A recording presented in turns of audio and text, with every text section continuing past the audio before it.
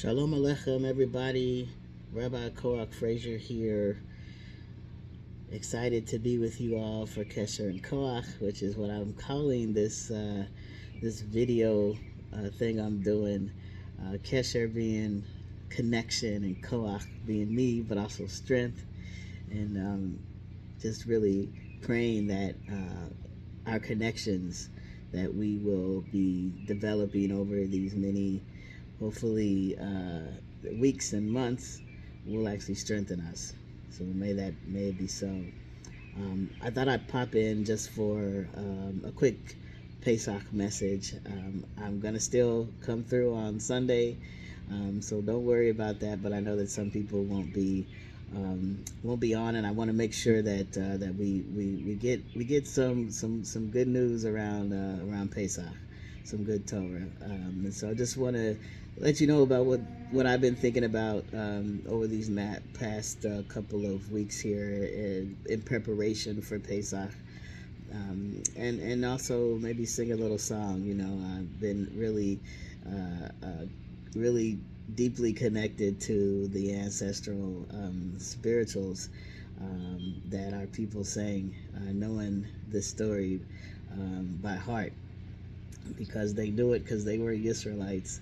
And so I sing a little "Go Down Moses" here in a minute, but I just wanted to tell you that I've really been thinking about the call from the Haggadah to that we find ourselves inside of this story, that we're not telling a story, we're telling our story. And in that vein, I like to think about who I am in the story, right? Who am I this year? It could be that I'm one of the Israelites. That's usually how we find ourselves in this story. But it could be that this year I am Miriam. I'm finding myself bringing gifts of embodied practice, embodied liberatory practice to our movements and our people.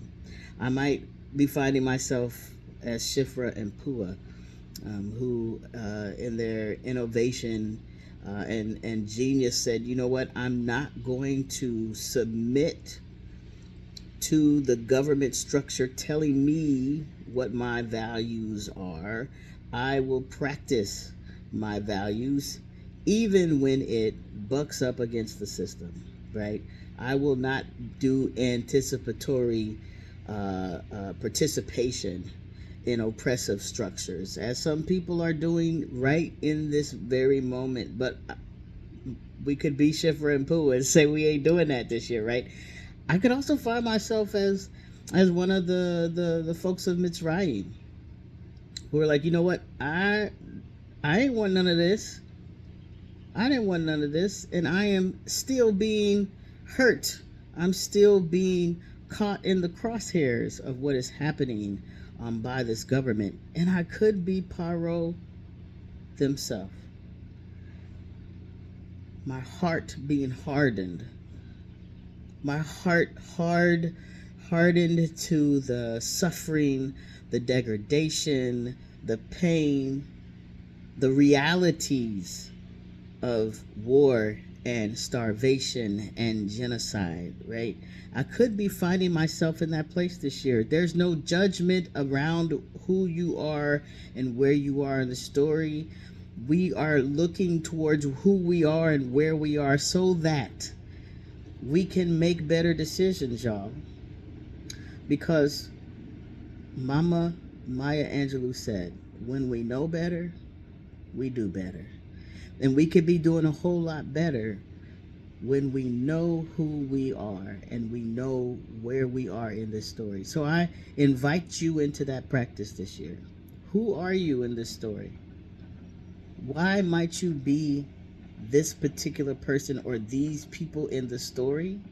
And allow that understanding to help you get to a better place, one that allows you to be connected to your own humanity and dignity, that doesn't allow you to close off your ability to feel,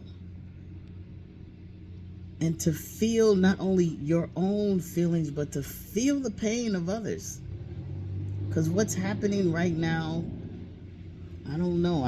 There's no way for me not to feel it. And so I'm encouraging you to figure out who you are in the story and to allow it to liberate you to a different place where you are connected to your own humanity and dignity, so that you can be connected to the humanity and dignity of others. Allow it to liberate you. Allow this festival of unleavened bread, this festival of Pesach, of crossing over into something new and different. That's, you know, we don't have to live this way, and things don't have to stay this way. There are ways that we can show up differently, show up in solidarity with the people who need us, because that is what we do. That is what we do. That's who we are. So, who are you this year in this story? Who are you? Where are you in the story? And how is that going to help you liberate yourself? Maybe so that you experience liberation in your body, your mind, and your spirit.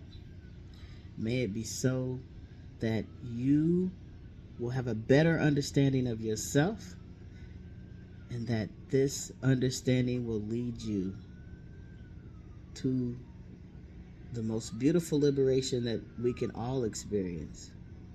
And may it be one that leads us to collective liberation of all peoples everywhere. Go down, Moses, way down in Egypt's land. Tell old Pharaoh to let my people go. Chag Sameach, y'all.